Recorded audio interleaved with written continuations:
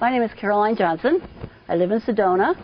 I was not at all involved very much with the fire board or the firefighters till 6 months ago, and then went to a few meetings, and the more I got involved, the more appalled I became with several of the members on the current board. And so I got this recall going, and we're getting a lot of support from the firefighters because they're feeling kind of demoralized because they keep doing things to try and solve situations and they're not seeing any results. They, for example, took a cut in their personal training, firefighter training, to try and help the financial situation of the fire board.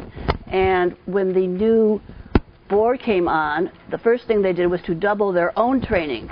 They didn't follow the good example of the firefighters, they just set their own rules. So it goes on and on and on, but that's just one example. Oh, I'm like 95% confident, if not 100.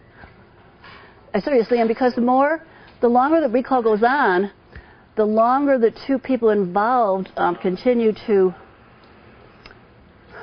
be not good examples of what a board member should be like, the more people that want to sign. People come up to us now. We used to have to go around and see people. If we're out and they see a petition, they want to come and sign. What we have here is a map of the Sedona Fire District. Now, the Sedona Fire District is much larger than I possibly imagined before I got involved with all this. It goes all the way down to Lower Red Rock Loop Road.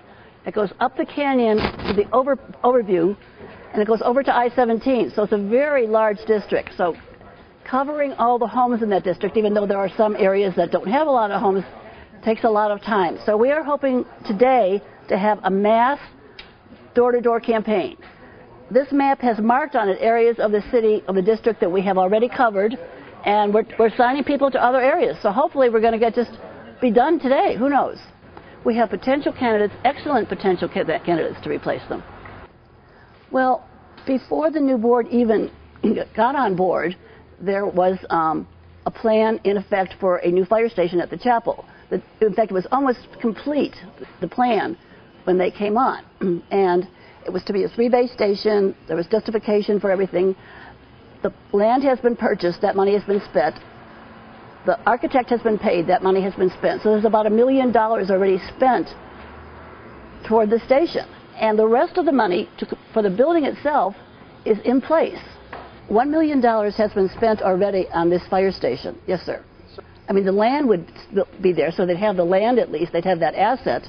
The money spent on the architect, unless they decide to go back to that plan at some future point in time, I would assume that the architect's not going to refund their money.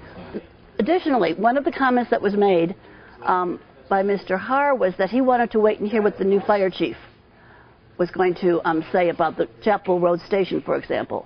And so the fire chief has spoken 2 meetings ago, and several of the members in the audience wanted his opinion, and Mr. Christensen said that because he's fire chief-elect, he's not allowed to speak yet. Well, that's not quite true. He can speak as a citizen. He doesn't have to be speaking as the fire chief-elect. It just so happens that he is. So he did get to speak, and he has studied this issue extensively because that's what he's supposed to do in this new job, and he feels very strongly that this fire station should be going up. We have to get 1,799 signatures because the number of signatures required is based on the previous election, whatever kind of election it was, and that was, of course, the November presidential election, which had the largest turnout ever. So we have a lot of signatures to get. We are making huge progress. I'm really excited. This could happen within the next week or two. I'm feeling very confident of that we have no problem. One of the difficulties we have is finding people. I mean, everyone we talk to, most everyone we talk to, is willing to sign. It's just a question of getting places where there are groups of people so we can get a number of people all at the same time. And we actually have 2 organizations, 2 committees, one to recall Donald Har and one to recall Charles Christensen. One of the reasons we're doing this is after all the petitions are turned in, the 2 gentlemen have an opportunity to resign. So if one resigns and not the other, then the recall process would still continue. So they have to be kept totally separate. We're hoping to have all the signatures in place by August 1st. August 15th is pretty much the last date that we want to use. We have to have them turned into the county by August 28th. I don't want them at my house on August 27th because I want to sort through them and, fix things up or whatever. So we need to have them. We have 3 more solid weeks. And if we can't do it in 3 more solid weeks, I'm going to be very surprised. Well, I just want to encourage everybody, if you haven't signed a petition, my phone number is 2034433. Please call me. I will get a petition to your house and welcome you to sign it.